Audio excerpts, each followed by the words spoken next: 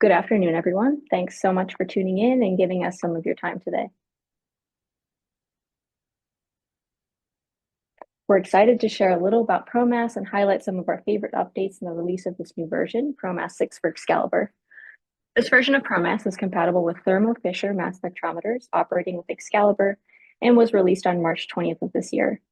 It's currently available for purchase on the Novatia website, either as a new copy or an upgrade from your current version. Before we get started, I just want to take care of a couple of technical housekeeping items. This webinar is being recorded and sections will be posted on Novatia's channel afterwards, but no participant names will be named in the recording. We will conduct an exit survey at the end that will open in a new browser tab once you close out the meeting. If you choose to participate, your answers will remain anonymous. And if you have any questions, you can please post them in the Q&A tab located at the bottom of your screen in the section labeled as Q&A. This is different than the regular chat. We will be monitoring this throughout the presentation, and answers may be provided in the Q&A tab or at the end of the presentation during the designated Q&A session. You can also raise your hand during the Q&A session so we can unmute you and you can state your question out loud. So with that, I'd like to introduce our speakers for today.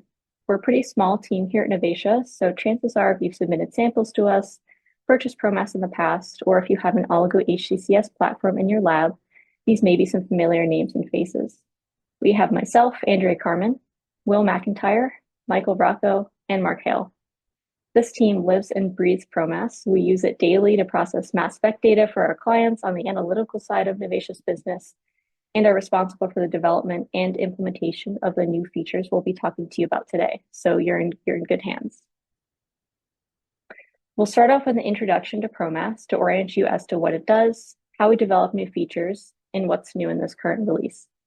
And then we'll dive into a series of feature demonstrations on the following topics: PolyA tail analysis, the Enzyme digest tool, oligo sequence confirmation, PPL auto mode, and the DAR analysis viewer. And then we'll wrap up with some information about system compatibility and help resources, and then open the floor for questions. So, in the simplest of terms, ProMass deconvolutes your mass spec data.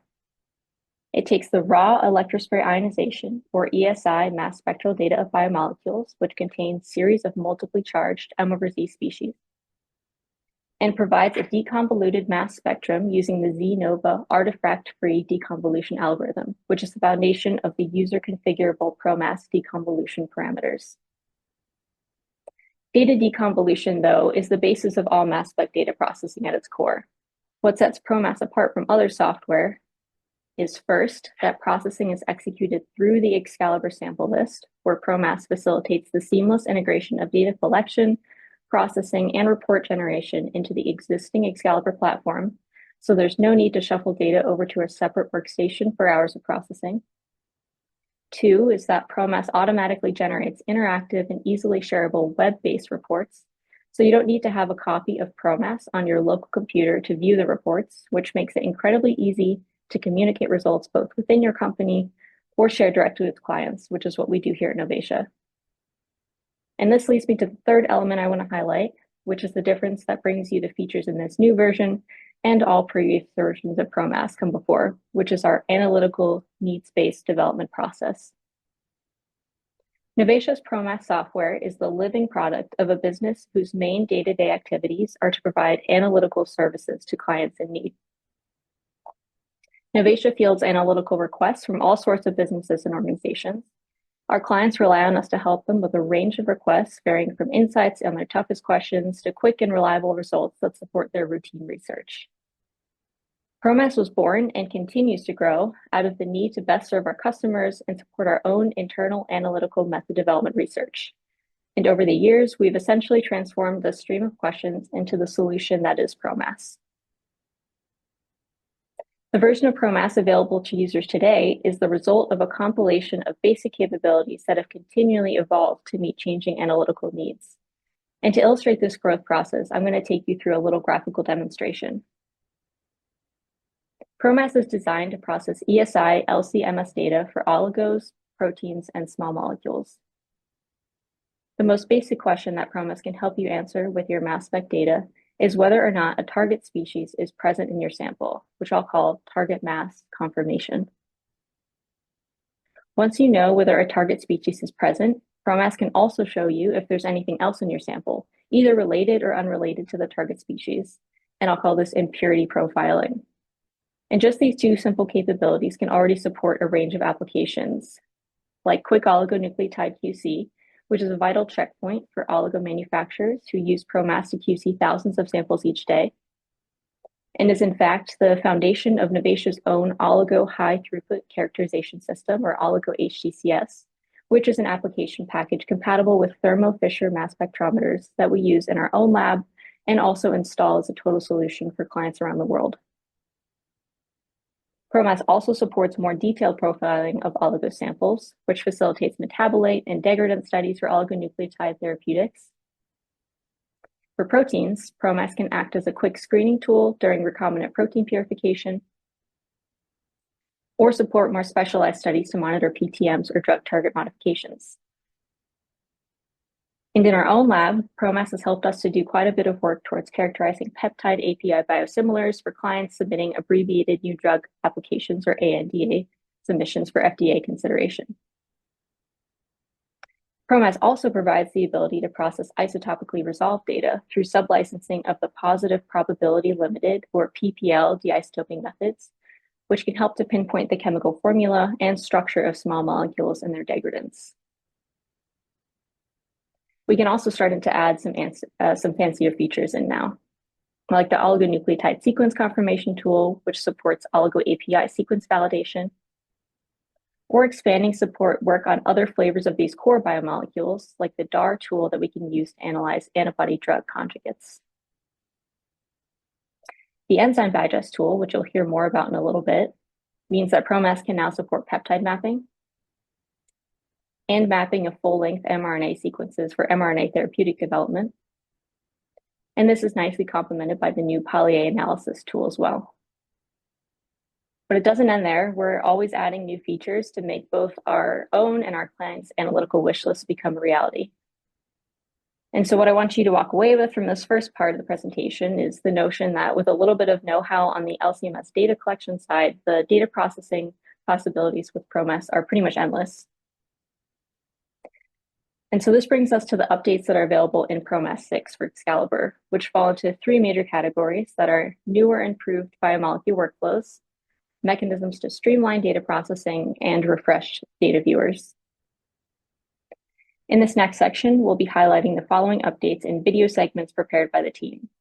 These demonstrations focus on showcasing the new features rather than reviewing the basics of ProMass operation.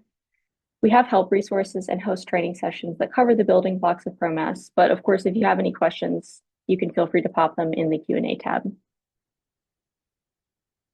This first demonstration covering the new mRNA PolyA tail analysis workflow was prepared for us by Michael. This workflow was developed based on the evolving need that we see for our clients to monitor PolyA tail length of their mRNA, which is an important aspect in regulating stability of mRNA for therapeutic applications. LC-MS analysis of PolyA tails can be challenging due to their heterogeneous length, which results in complex mass spectra and data interpretation. ProMass 6, though, deconvolutes these complex spectra and displays length distribution statistics in a simple and interactive report. The PolyA tail workflow is a new feature in ProMass 6 Standard and ProMass 6 HR for the interpretation of PolyA tail distributions in digested mRNA samples. In this example, we have digested a TriLink EGFP standard using endonuclease RNase T1. Data was acquired using a thermal Orbitrap Eclipse in ion trap mode. Once the raw data has been acquired, specify your raw data file name and path in your sample list. Additionally, include your chromatogram integration parameters under the proc method heading. To invoke the PolyA tail workflow, use the syntax PolyA under the target info field, with optional parameters of parenthesis, low range, comma, high range, close parenthesis. If your sequence includes additional residues prior to the PolyA tail, you can include these as masses by adding a comma, space, mass, such as 1, 2, 3, following your PolyA tail command. Finally, you can specify additional znova parameters via command line as typical in ProMass reports. Once you're happy with the imported information, you can click on your sample, click the Reprocess button, and press OK to process your data. This will take a few seconds to process, but once it has, we can open our ProMass homepage and click the ProMass browser button. Now that our data has been processed, we can open our report. In the report, we can see a variety of metadata, including data file name, vial position, sample ID, target masses for PolyA tail species, and observed masses. If we click into the data file, we will see a new view, the PolyA tail analysis summary. This includes the PolyA tail distribution with a length range and most abundant value, the average PolyA tail length of 124 in this scenario, and an interactive summary viewer for your PolyA tail. If we click on the hyperlink under the average PolyA tail, this will open a .csv file that contains all of the data used for the PolyA tail summary generation. This includes retention time, target and observed masses, mass error, identities, intensities, tail lengths, and weighted proportions. This data is displayed in the PolyA tail summary shown here, and this is an interactive viewer which you can then hover over each fragment and see the identity, masses, etc. If you click on one of these bars, it will open the associated ESI spectrum, and you can then click View Data to look at the spectrum in more detail. This figure is exportable for use in other media such as reports as needed by clicking the Export Summary button. Finally, if you're stuck, you can hit the Show Help button to view instructions on how to use the interactive viewer. If you would like more information on how to use the PolyA tail workflow, please see the ProMass Help topic, PolyA tail workflow.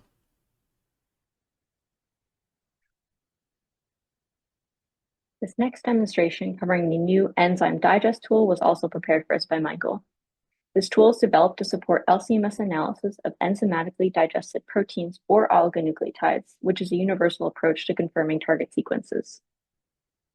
Existing data processing options typically require data files to be moved to a separate workstation for analysis, and results can require a high degree of rendering in order to generate shareable reports.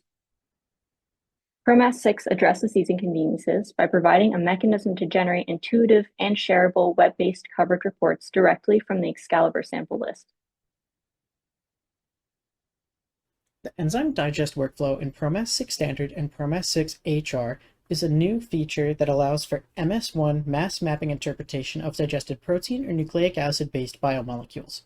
In this example, we will process the RNase 4 digest of a TriLink eGFP standard using data acquired on a Thermo Orbitrap Eclipse. For the best results, Novatia recommends acquiring digest data on a high-resolution mass spectrometer and processing monoisotopically resolved data using ProMass HR. Once the data has been acquired, reference the raw file name and path within the sample list. Additionally, specify your chromatogram integration parameters under the proc method heading. To invoke the digest workflow, under the target info heading, use the syntax digest equals enzyme. In this case, digest equals RNase 4.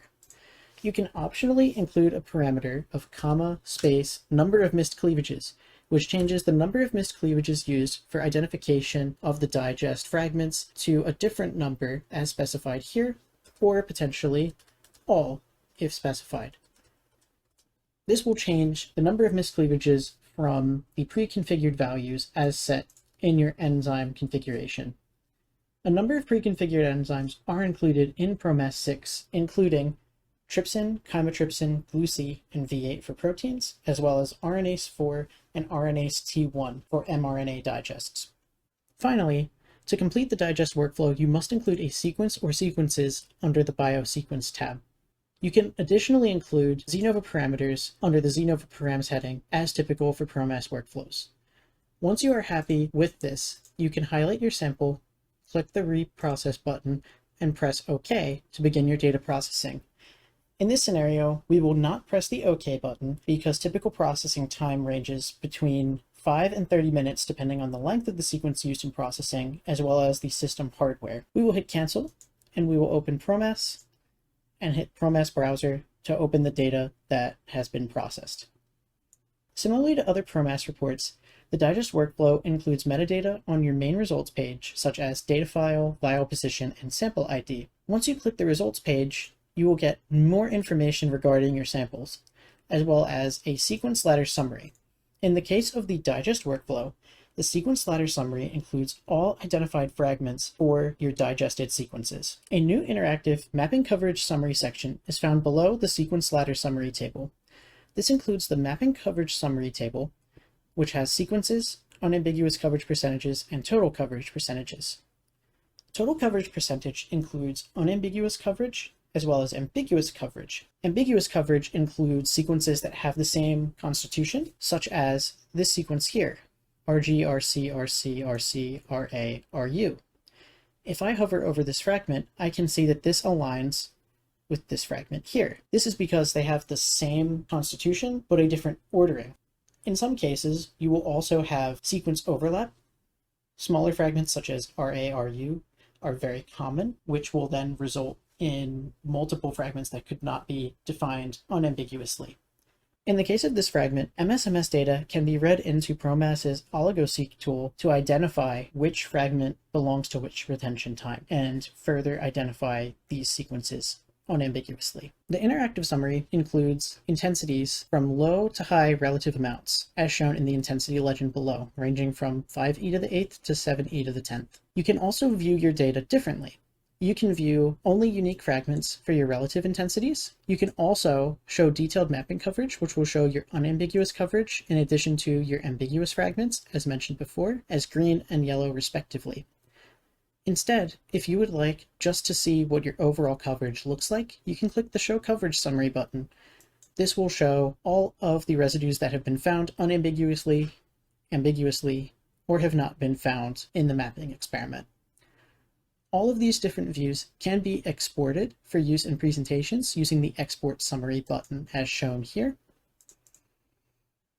If you would like more information on how to use the viewer, or you would be interested in learning more about the ProMass Digest tool, use the in-browser help as shown here, or use the enzyme digestion and mapping help topic.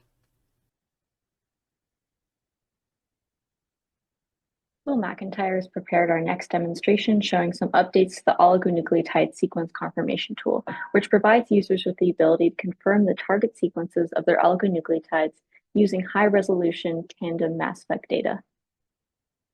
Sequence confirmation poses an analytical challenge due to the repetitive but unique backbone structures of different types of oligos that can lead to false positives when matching predicted fragments with observed masses. ProMass 6HR offers customizable fragment ion options tailored to common fragmentation patterns of specific types of oligos and performs an automated base swapping analysis to eliminate false positives. In order to use the oligo sequence confirmation tool, the first thing you will need is MSMS data that was acquired using appropriate conditions for your instrumentation. We recommend using high-resolution MS data, such as Orbitrap data, to provide the best mass accuracy. For this example, I've acquired MSMS data on nusinersen using a Thermo Fisher Orbitrap Eclipse.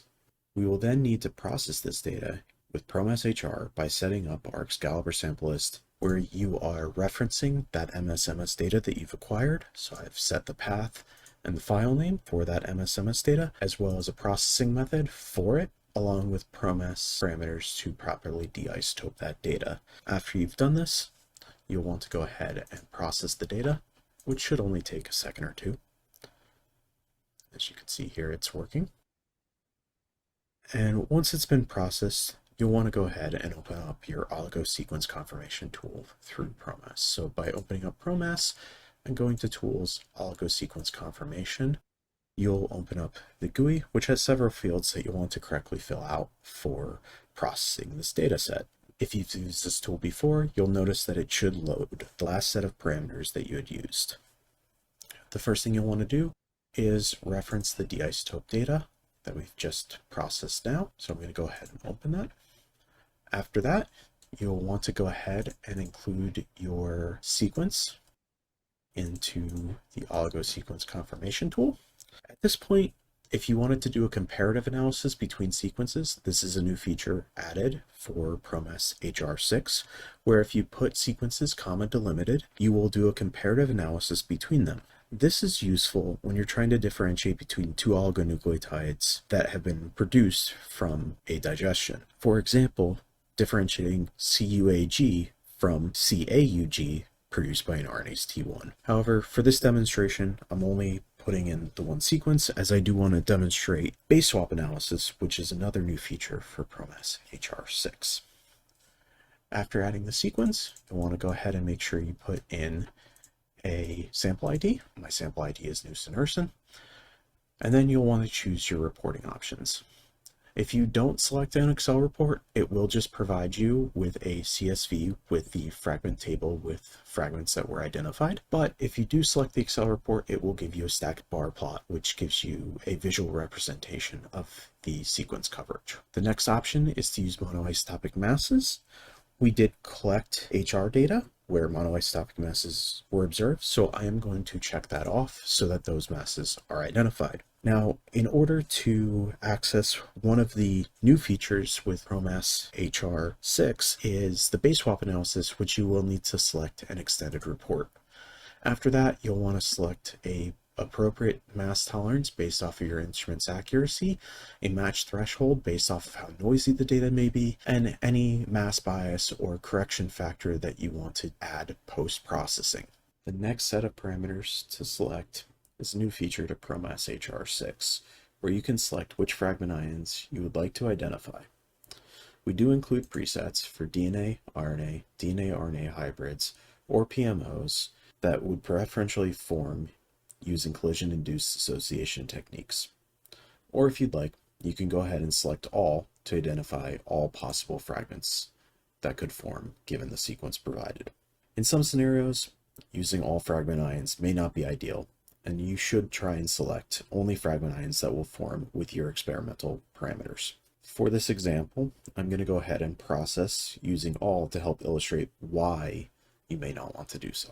Now, once you've selected your parameters and hit go, you will generate an Excel report with your sequence confirmation. So the very first tab that's opened up for you is the fragment distribution plot, which gives you a visual representation of the sequence coverage that was detected in your data. This data is plotted based off the fragment table data.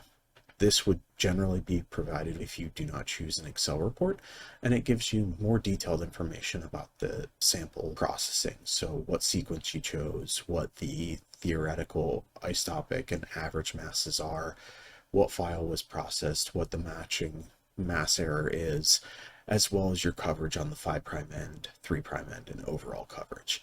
It also gives you a comprehensive list of every ion that was detected, including the theoretical masses for them, the experimental masses that they're matching with, and those intensities for every single one that you want to identify. The next tab, Detected Fragments, is a more simplified version of the fragment table. Now, the last tab here is sequence scoring, which is your base swap analysis. When selecting the extended report, this will automatically be generated for the sequence that you've input.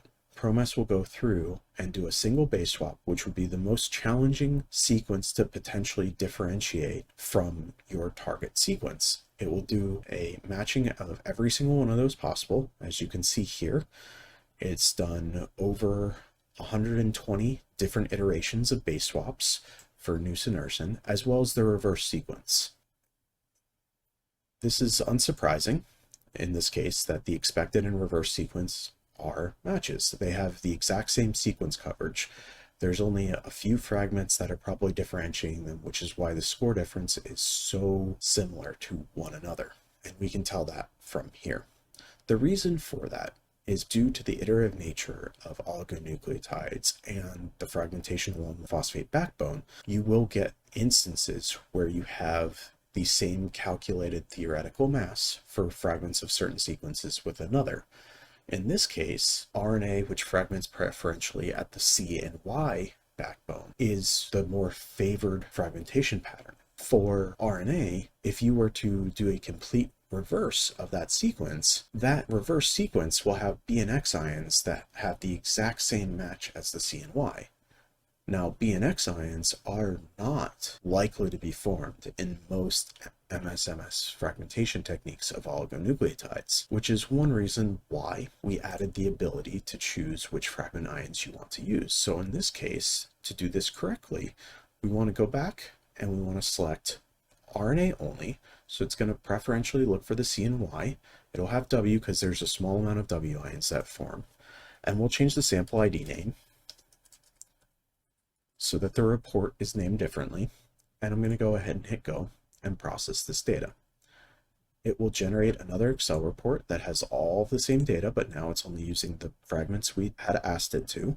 And if we go look at the sequencing scoring, we can see the reverse sequence is no longer one of the top hits. In fact, it's actually quite a large difference in score from the expected sequence.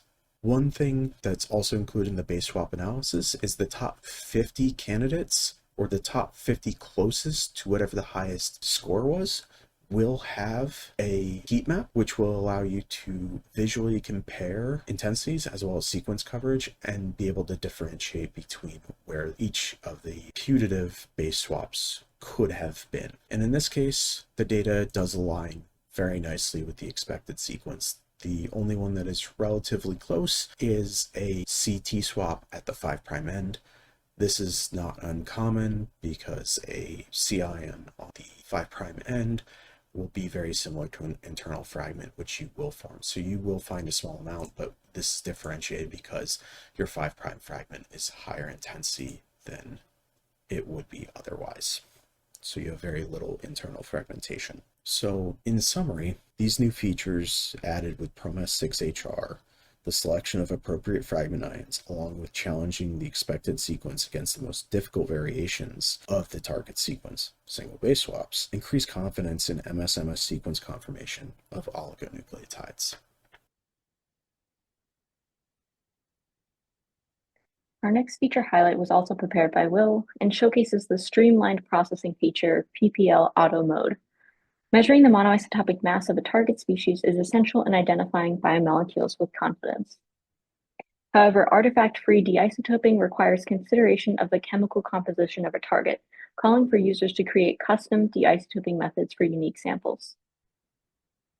ProMass 6 HR alleviates the burden of method customization by automatically adjusting PPL deisotoping parameters from information that users already provide in the Xcalibur sample list.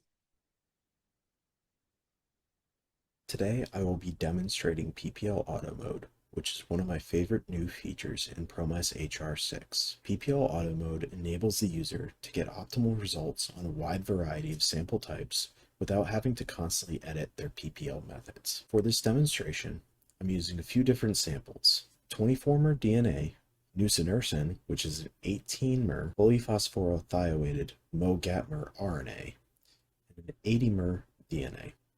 All of these samples were analyzed by high-resolution Thermo Fisher Orbitraps, as we need isotopically resolved data to properly deisotope spectra using the PPL algorithm to determine exact monoisotopic masses. If you have an older version of ProMass HR, you may be familiar with PPL and how to create a deisotoping method. For the sake of this video, I'm going to open the example data from the 24-mer DNA, where we've already selected a number of the generic PPL deisotoping parameters so that I can just focus on the few variables that need to be changed in order to get optimal results between different sample types. These variables that I'm about to go over are things that will automatically be adjusted when using PPL Auto Mode. As you can see here, in PPL Review, I have my ESI MS data for the 24-mer DNA. The last step when creating a deisotoping method is to go into the Deisotope tab and select the appropriate variables. In this case, the first set of variables that can be seen are for the molecular formula template that we would like to use. It is currently set to be a representative of a DNA sequence that has been normalized to 100 atoms, which just gives us a clearer picture of the percentage of each element. Another critical parameter that we would want to change is the minimum and maximum charge that is expected for a sample of the size that we're analyzing. As this is a 24-mer DNA, our charge range should be somewhere between 1 to 15 as the maximum charges. So we have set this accordingly. The next thing we want to select is if this is using negative ions or positive ions. As the data was collected in negative ion mode, we've selected negative ions. The remaining values can be left as they are, as these are generic values that we recommend in the online help or when you're creating a PPL deisotoping method. By hitting OK I'm going to be provided the deisotoped results when using those deisotoping parameters on the ESI-MS data that we were just looking at. From here, I can go ahead and export my method. In this case, I'm going to overwrite the 20-former deiso method, as it is the file that I'm referencing in my ProMass processing parameters that I'm about to use in my Xcalibur sample list. After I've exported my PPL method, I'm going to go ahead and use the PPL method that was just created for analyzing the 20-former DNA, nusinersen, and 80-mer DNA to see what happens. I've already set up the Xcalibur sample list, which includes the path and file name referencing the data that I would like to process. I've selected an Xcalibur processing method that's appropriate for these sets of data, as well as included the target sequence for this so that ProMass will automatically calculate a target mass for each sample. The other benefit to adding a target sequence is that when using PPL auto mode, ProMass will automatically calculate a molecular formula based off this input sequence. From there, it can update the molecular formula in the PPL method that you're using. Here you can see that I also have set the Xenova or ProMass processing parameters, in which case we have two separate ones, one called DNA.params and one called auto.params. The only difference between these are the use of auto PPL. In the case of DNA.params, it is only referencing the PPL method that we just generated, whereas auto.params references that same PPL method that we just generated, but allows PPL auto mode to adjust key parameters when processing the data. Let's go ahead and process these data with and without auto PPL mode and see what happens. Once the data is finished processing, we can go ahead and open up our ProMass homepage and hit ProMass browser to open up the last set of processed data. As you can see, the data for the 20-former actually looks quite reasonable with and without auto PPL mode on. This does make sense because our data was modeled on the sample. However, the other two samples look a lot more interesting. Looking at the results for nusinersen, we can see that the purity without auto PPL mode on is significantly lower than with it, being around 37% without auto PPL and almost 97% with PPL auto mode. The reason for this becomes immediately obvious when we look at the data. By going into the sample, going to view data to zoom in on the deisotoped results, we can immediately see that there's a number of deisotoping artifacts noticed by the +1 Dalton difference around the target mass type. The reason for this is because the PPL method being used is modeled after a DNA which has a significantly different chemical formula than a fully phosphorylethylated low-gapmer RNA.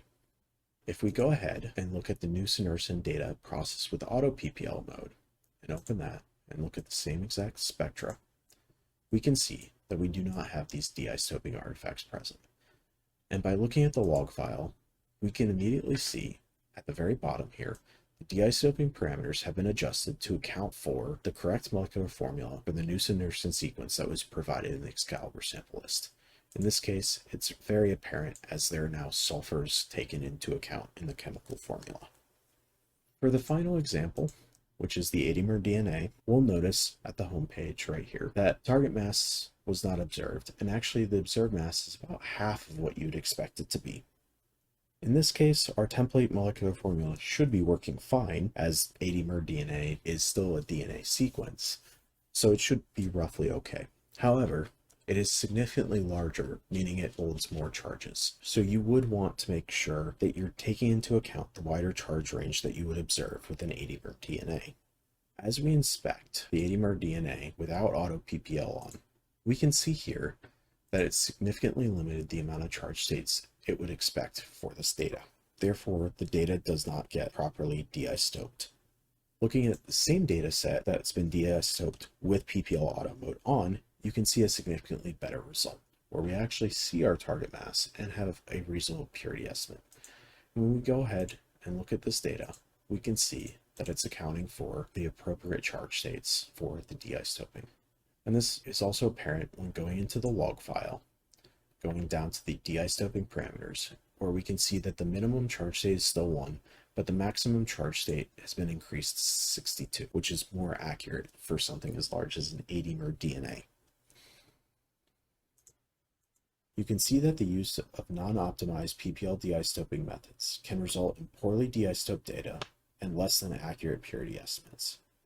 PPL auto mode allows each sample to be deisotoped with automatically optimized settings based off the information provided in the Xcalibur sample list, such as the target sequence. The new PPL auto mode feature is particularly applicable to high throughput accurate mass measurements, where one could be running hundreds to thousands of samples per day, as with our Oligo HTCS systems. Analysts running hundreds to thousands of samples today that require the most accurate results will find a great benefit by upgrading to ProMass HR6 if they are using high resolution, accurate mass data that requires deisotoping.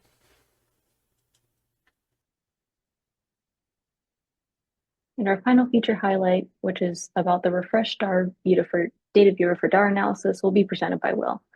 LCMS is a reliable method to measure drug-antibody ratios, which is a critical parameter in antibody-drug conjugate therapeutic development.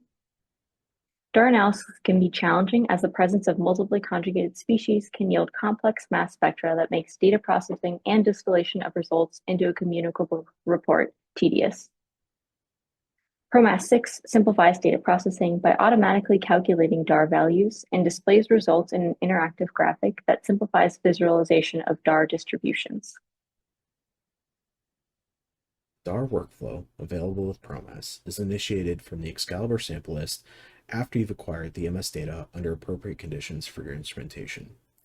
For this example, I've acquired data on an MSQC8 standard purchased from Sigma using Thermo Fisher Orbitrap MX. To process the data, you will then want to have your Xcalibur list set up so that you're referencing the path and file name to that MS data. You will then need to have appropriate processing methods, as well as ProMass processing parameters or Xenova parameters for the MS data. The DAR workflow is then activated by using the DAR command in the target info field. In this example, the mass of my unconjugated MAB sample is 143,767 Daltons, which I've entered here in the target info field as my target mass. To initiate the DAR workflow for this target mass, I've included the DAR command along with the drug conjugate mass, which is 672 Daltons. Once all these parameters have been set, we can go ahead and process this data, which will only take a few seconds here. As you can see, it processed down here and is already completed. If we open up our ProMass homepage and hit ProMass browser, which will open up the last set of processed data, we will then be taken to the homepage for this data set, where you will see some general information about the sample that we just processed, including the data file, sample ID, target masses, what the observed masses were, what those intensities were, and purity. When we go ahead and click in to the sample data, we provided a sample-specific report, and in this case, a DAR report, as we use the DAR command. Because we use the DAR command, ProMass will automatically have calculated a DAR value based off the information provided in the Xcalibur sample list. This includes the drug mass and a hyperlinked DAR value, which, if clicked, will download a CSV document with all the identities and values used to calculate the DAR value. As you can see here, I've clicked it. It's downloaded a .csv file for this data, and we can go ahead and open it, and it has all of the retention times, the target masses, the observed masses, the errors, and the identity of each species, as well as the weighted proportions and the final DAR value that was calculated. Just after that small table there, you'll see that there is now an interactive graphical representation of this DAR value in the ProMass report, and this is one of the new features included with ProMass 6. By hovering over any of these bars, you'll see that it provides you information about the identity of what that species is, as well as what the target mass was, the observed mass, the mass error that was calculated, the intensity, and what weighted proportion that is contributing to the overall DAR value. These are also hyperlinked, so if you were to click this bar, it will take you directly to the spectra that corresponds to that portion of the graphic. In addition to this, we've added the ability to export this figure directly from the ProMass report by hitting the Export Summary button, which will give you a .png file, which you can easily put into any report for internal purposes or client-facing applications. If you're ever curious about some of the information that is in this report, you can hit Show Help, which will give you a description for each portion within the graphic itself. Below this graphical representation, you will still be provided with all the typical ProMass reporting features that you're used to, such as target mass summary with the identity of each species that was found, and the chromatogram summary, along with all other relevant chromatograms and spectra for this dataset. And that concludes the feature highlight portion of this webinar. Now just for a couple of technical items to wrap up. The first is system compatibility. ProMass 6 is compatible with Windows 7, 10, or 11, Xcalibur version 4 or later, and Excel 2016 or later. Please note, though, that if you're using a ProMass key associated with an Oligo HCCS platform, we recommend that you check compatibility of additional vendor software with your Windows OS before applying any system updates. Additionally, if you'd like to learn about any of the topics covered today or any other aspects of ProMass, we have a variety of help resources, including a very thorough help manual, the ProMass support email inbox, and we also offer ProMass training sessions. Finally, we also offer versions of ProMass compatible with other mass spec vendor platforms, which are up next for the ProMass 6 release. Before we get into questions, I just want to thank you guys for joining today. Let us know what you want to hear about in the next webinar in the exit survey, and catch us at the ASMS workshop in Cambridge this fall, where Will and Mark will be presenting more about ProMass applications for oligonucleotide analysis. And with that, we'll open the floor for questions, and I'll pass it off to Will. Thanks, Andrea. We've had a few questions that we've been answering as they come in. I can see that Amy has a question, so I'm going to go ahead and unmute you or allow you to talk so you can ask your question.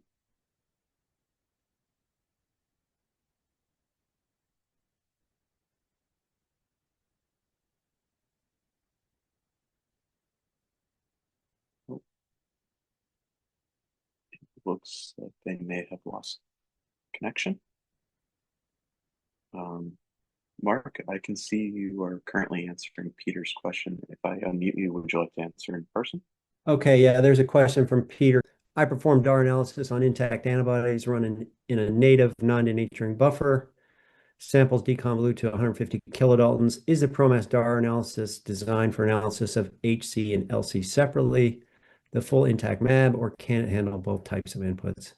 Yes, you can use the DAR tool to analyze either a reduced or non-reduced mode. So yes, you can do both. So the way the command syntax works to execute a DAR calculation, that allows you to specify how many chains there are for each. For example, if you have a typical MAB, you have 2 heavy and 2 light. You could have like different kinds of chains where you have 2 different heavy chains, 2 different light chains. So that's fully supported in the DAR calculation.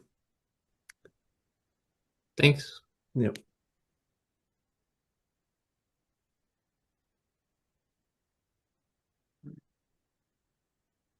Does anyone else have any other questions for us at this time? If not, I want to thank you all for attending. And if you do have follow-up questions, you can always email us at promass_support@enovatia.com. Oh, there's another question. Yeah, so the question is, can you use PPL auto mode without inputting a sequence? Yes, you can. In order to get the PPL auto to actually update the chemical formula template used in the method, you would have to enter the sequence either by putting the sequence in. You can also, there's a command that will allow you to actually specify a PPL formula. So you can do either of those. If you don't include the sequence, then what PPL auto will do is it will use whatever you used in your template.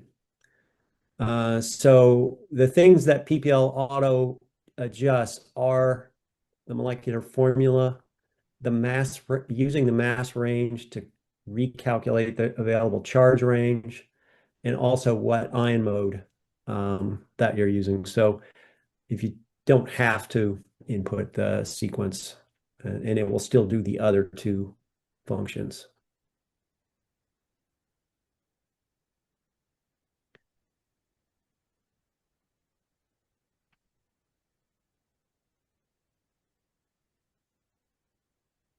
So there's another question about updated ProMass software still having the original impurity identification feature. Yes, any of the previous features that were available in earlier versions are still available with the newest feature. All we've done is added additional features.